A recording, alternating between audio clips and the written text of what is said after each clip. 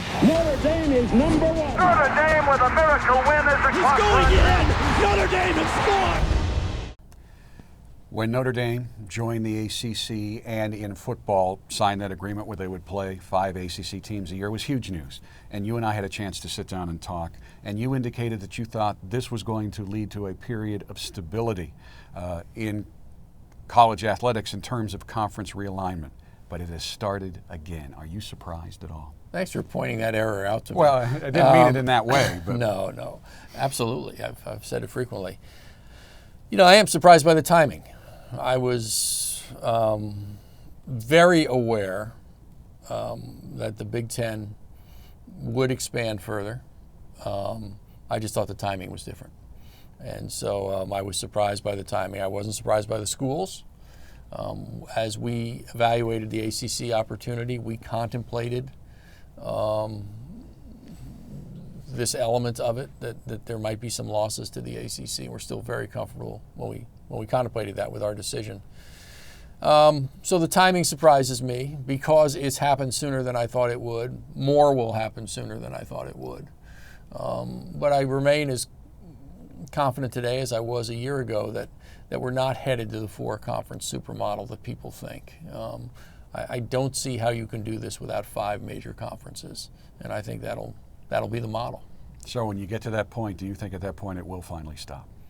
Yes. Yeah, I think there's a point where you have 5 large solidified conferences where it's hard to see the value, either media value or competitive value in doing something beyond that. And I think you just indicated it, but you always have to be concerned about what impact this has on Notre Dame. But I think from what you just said, you don't think the current shifting really impacts Notre Dame much at all. Yeah, nothing's happened yet that we didn't contemplate as a possibility when we made the decision.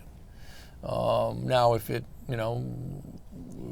that may change, but it hasn't. And we evaluated these risks pretty accurately in my mind, and feel very good about our affiliation. We continue all the reasons.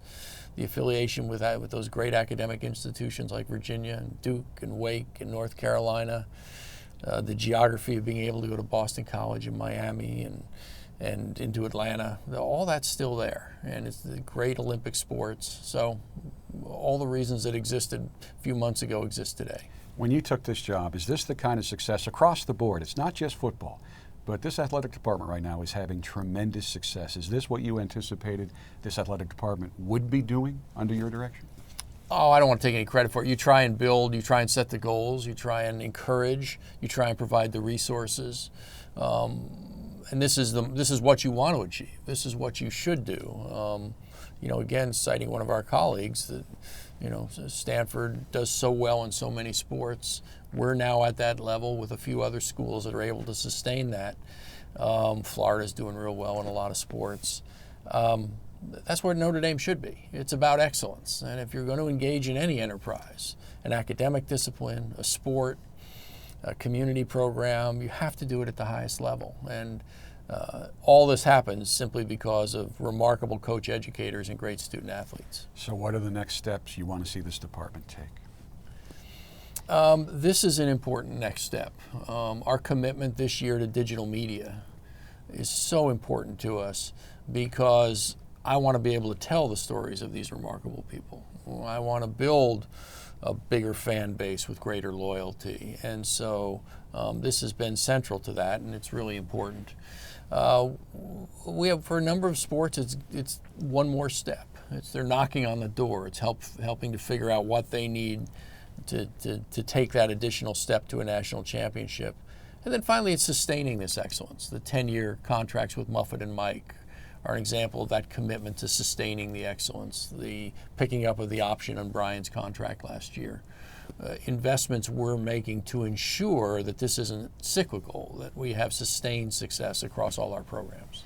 Jack, thank you for the time. I know the fan base that's spread all around the world enjoys the occasional opportunities we get to really sit down and pick your brain and see what you're thinking and see where you want this program to go. So thank you. Well, thank you. I always enjoy doing it. All right, Jack, thank you. With Jack Swarbrick, I'm Jack Nolan, UND.com.